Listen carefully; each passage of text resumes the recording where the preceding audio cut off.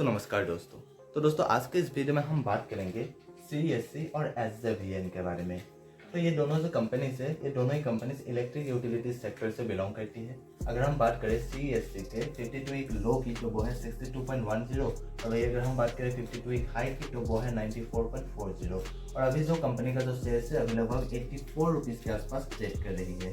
भाई अगर हम बात करें SJVN की तो इसका जो 52 वीक लो है वो है 30.40 और अगर हम बात करें 52 वीक हाई की तो वो है 83.65 और अभी जो कंपनी का शेयर है अभी लगभग 71 रुपीज़ के आसपास ट्रेड कर रही है।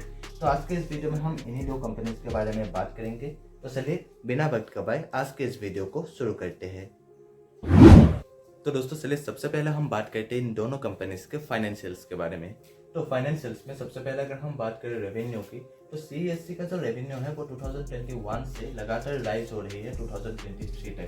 अगर हम बात करें 2022 की तो वो है 12,827 करोड़ और अगर हम बात करें 2023 की तो वो है 14,555 करोड़।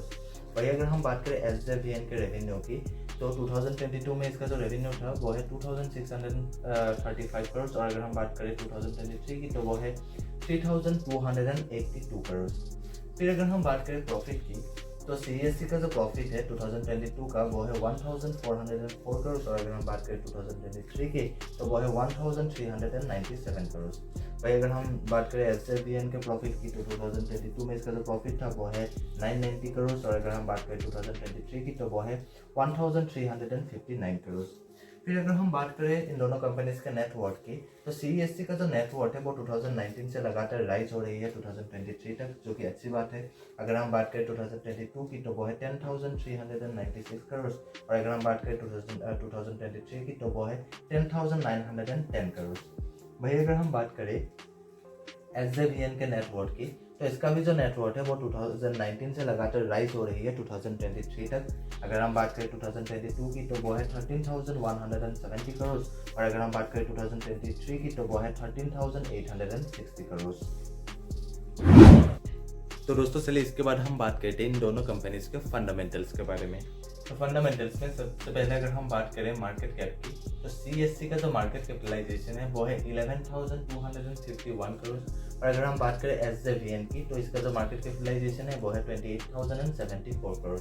यानी कि CESC जो है वो एक मिड कैप कंपनी है और SJVN जो कंपनी है वो एक लार्ज कैप कंपनी है। उसके बाद अगर हम बात करें पी रेशियो की तो CESC का जो पी रेशियो है वो है 8.02। वही अगर हम बात करें SJVN के पी रेशियो की तो वो है 26.9। यानी कि CESC का जो पी रेशियो है वो बेहतर है एज कम्पेयर टू SJVN, क्योंकि पी रेशियो जितना ज़्यादा कम होता है उतना ही ज़्यादा अच्छा माना जाता है। वही अगर हम इंडस्ट्री पी को भी देखें तो 23.3 जो है इंडस्ट्री का पी है और CESC का जो पी रेशियो उसके इंडस्ट्री पी से कम है। वही SJVN का जो इंडस्ट्री से कंपनी का जो पी रेशियो है वो उसके इंडस्ट्री पी से ज़्यादा है, जो कि अच्छी बात नहीं मानी जाती है। पर फिर भी पी रेशियो चाहे कम हो या फिर ज़्यादा, उसके EPS ग्रोथ ज़्यादा इम्पोर्टेंट होता है। अगर किसी कंपनी का जो है पी रेशियो वो ज़्यादा भी हो पर अगर उसके साथ साथ उसका जो EPS ग्रोथ है वो बहुत ही ज़्यादा अच्छी खासी हो तो ऐसे कंपनीज में भी जो है अगर आप इन्वेस्ट करेंगे तो फ्यूचर में आपको जो है एक अच्छी खासी रिटर्न जो है वो मिलने का जो प्रोबेबिलिटी है वो ज़्यादा रहता है। पर मान लीजिए किसी कंपनी का जो पी रेशियो वो कम है पर साथ ही साथ उसका जो EPS ग्रोथ वो भी कम है तो ऐसे कंपनी में इन्वेस्ट करना बिल्कुल भी सेफ नहीं माना जाता है। तो अगर हम बात करें EPS ग्रोथ के तो CESC के अगर हम EPS ग्रोथ को देखें तो वो है 1.71। वही अगर हम बात करें SJVN की तो वो है 0.67%। यानी कि SJVN का जो है पी रेशियो तो हाई है पर साथ ही साथ इसका जो है EPS भी जो है वो माइनस में है। यानी कि इसका जो EPS ग्रोथ बिल्कुल भी अच्छी खासी नहीं है। यानी कि इसका जो है पी रेशियो हाई है पर EPS ग्रोथ अच्छी खासी नहीं है, जो कि बिल्कुल भी अच्छी बात नहीं है। पर दूसरी तरफ अगर हम बात करें CESC की पी रेशियो जो है वो तो कम है पर साथ ही साथ EPS ग्रोथ वो प्लस में है पर इतना भी कुछ खास है नहीं, सिर्फ और सिर्फ 1.71 का जो है इसका EPS ग्रोथ रहा है। यानी कि और फिर भी अगर हम कहें तो SJVN के मुकाबले CESC जो है EPS ग्रोथ के मामले में थोड़ा सा जो है बेहतर है। फिर अगर हम बात करें पैग रेशियो की तो CESC का जो पैग रेशियो है वो है 1.08 और SJVN का जो पैग रेशियो है वो है 10.6। यानी कि इन दोनों कंपनीज का जो पैग रेशियो वो बहुत जो है हाई है, जो कि बिल्कुल भी अच्छी बात नहीं है। किसी कंपनी का अगर पेग रेशियो 1 से ज़्यादा हो तो इसका मतलब ये है कि उस कंपनी का जो शेयर प्राइस है वो उसका अर्निंग ग्रोथ के मुकाबले महंगा है, और वही अगर उस कंपनी का जो पेग रेशियो है वो 1 से कम हो तो इसका मतलब ये है कि उस कंपनी का जो शेयर प्राइस है वो उसका अर्निंग ग्रोथ के मुकाबले सस्ता है। पर फिर भी यहाँ पर अगर हम देखें तो CESC जो है थोड़ा सा बेहतर है एज कम्पेयर टू SJVN, क्योंकि इसका जो है पेग रेशियो 1.08 पर इसका जो SJVN का जो पेग रेशियो है वो है 10.6, जो कि बहुत ही ज़्यादा हाई है। पर फिर भी इन दोनों कंपनीज का ही जो शेयर प्राइस है वो उसके अर्निंग ग्रोथ के मुकाबले महंगा है। फिर अगर हम बात करें PB रेशियो की तो CESC का जो PB रेशियो है वो है 1.04 और SJVN का जो PB रेशियो है वो है 2.04, यानी कि PB रेशियो के मामले में भी जो है CESC बेहतर है एज कम्पेयर टू SJVN। फिर अगर हम बात करें ROE की तो CESC का जो ROE है वो है 12.2% और SJVN का जो ROE है वो है 10.3%, यानी कि CESC ROE के मामले में भी जो है वो बेहतर है, थोड़ा सा बेहतर है as compare to SJVN। ROCE भी जो है CESC का ज़्यादा है एज कम्पेयर टू SJVN, जो कि अच्छी बात है। ROCE CESC का अगर हम ROCE को देखें तो वो है 11.4% और अगर हम बात करें SJVN की तो वो है 9.27%। पर ROE और ROCE अगर 20% से ज़्यादा हो तब तो ऐसे कंपनीज में इन्वेस्ट करना ज़्यादा सेफ माना जाता है।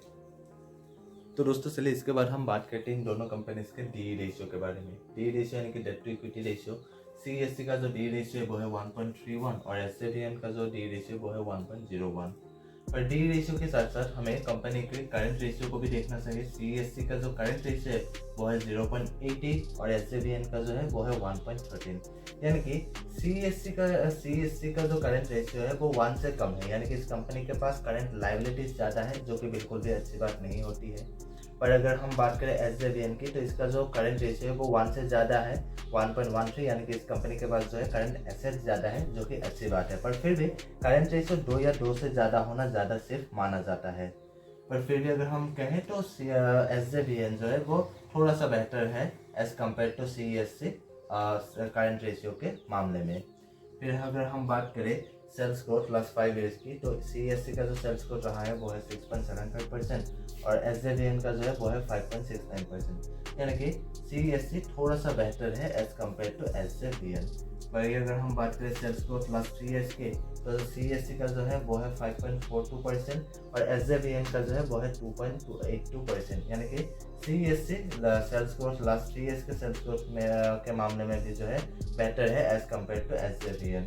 फिर अगर हम बात करें प्रॉफिट ग्रोथ की तो CESC का जो प्रॉफिट ग्रोथ है वो है 2.18% और SJVN का जो है -16.9%, यानी कि प्रॉफिट ग्रोथ के मामले में भी जो है CESC बेहतर है, थोड़ा सा बेहतर है एज कम्पेयर टू SJVN। फिर अगर हम बात करें प्रोमोटर होल्डिंग्स की तो CESC के जो प्रोमोटर्स हैं उनके पास 52.1% शेयर्स है। वही अगर हम बात करें SJVN की तो SJVN के प्रोमोटर्स के पास लगभग 81.8% का जो है शेयर्स मौजूद है।